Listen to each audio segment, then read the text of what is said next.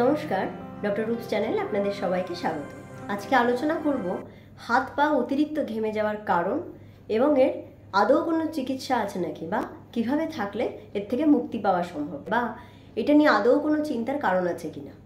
তাহলে ভিডিওটা শুরু করছি। হাত পা ঘেমে যাওয়া, ঘাম অর্থাৎ সোয়েটিং অর্থাৎ আমাদের শরীর থেকে এই সোয়েট বা ঘামের মাধ্যমে সোডিয়াম বেরোচ্ছে এবং ভিতরের যে আমাদের টক্সিন পদার্থগুলো রয়েছে, যেমন পেটের থেকে বজ্র পদার্থ বেরিয়ে যায়, রেচন পদার্থ বেরিয়ে যায়, ঠিক তেমনই আমাদের ঘামের মাধ্যমে শরীরের ভিতরের কিছু টক্সিনও বেরিয়ে যাচ্ছে।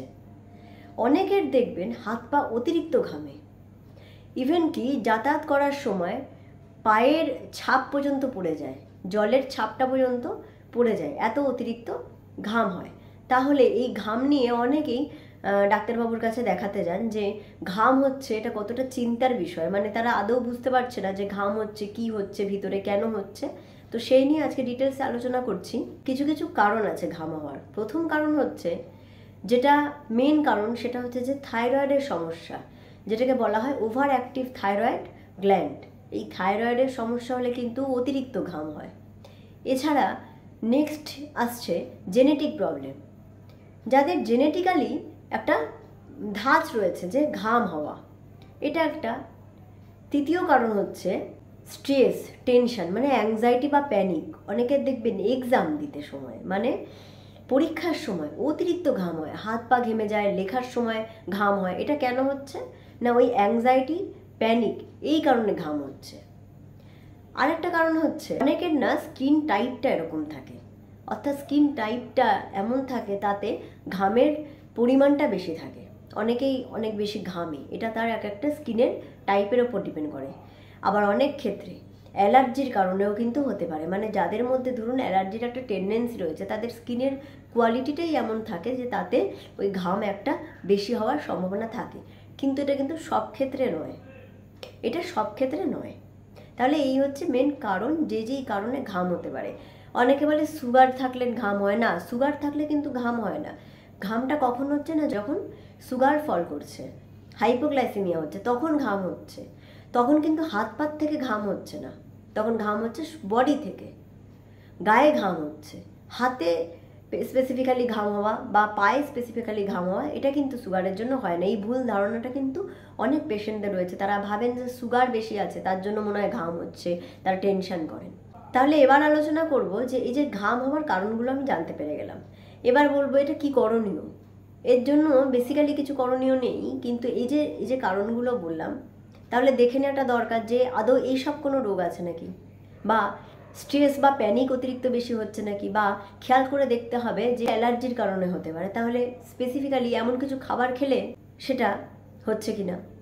অনেক ক্ষেত্রে দেখা যায় যে গরম কিছু খাবার খেলে, যেমন গরম দুধ খেলে অতিরিক্ত ঘাম হয়, তখন কিন্তু ভয়ের কোনো কারণ নেই।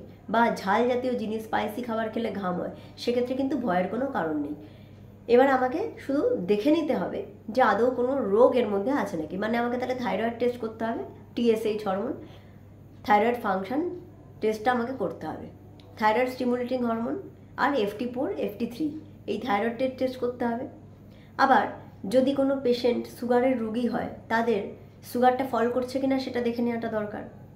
আবার অনেক ক্ষেত্রে কিন্তু প্রেশার হট করে বেড়ে গেলেও ঘাম হয়, কিন্তু বারবার বলছি সেটা কিন্তু গায়ের থেকে ঘাম হবে, সেটা হাত পা এগুলো থেকে শুধু ঘাম হওয়া নয়।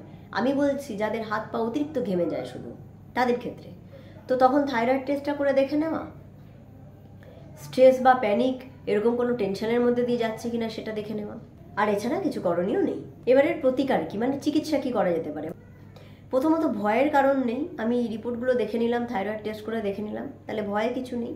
এবার যেটা করতে হবে, ঘাম বেরোচ্ছে মানে শরীর থেকে সোডিয়াম বেরিয়ে যাচ্ছে, ঠিক আছে, তাহলে তাদেরকে কিন্তু জল বেশি বেশি করে খেতে হবে, অতিরিক্ত জল খেতে হবে। দ্বিতীয়ত হচ্ছে ঘুমটা ঠিক হচ্ছে কিনা সেটা দেখতে হবে। তৃতীয়ত এটা প্রথমে কাউন্সেলিং করাটা দরকার যে আপনার এটা সমস্যা, এটা আপনার টাইপ, এটা আপনার জেনেটিক্যালি সমস্যা, এটা আপনার স্কিনের টাইপ যে ঘামটা হওয়া। এইসব রোগীরা তেল বেশি ইউজ করবেন না, তেল বেশি ইউজ করলে কিন্তু ঘাম হওয়ার পরিমাণটা বেশি থাকে। অয়েলি কোনো ক্রিম লাগাবেন না বা লোশন ইউজ করবেন না, তার বদলে যেই লোশন বা ক্রিমগুলো ড্রাইনেস করে, যেগুলো অ্যান্টি সোয়েট প্রুফ যেটা আছে, সোয়েট প্রুফ যে ক্রিম বা লোশন সেগুলো লাগানো যেতে পারে।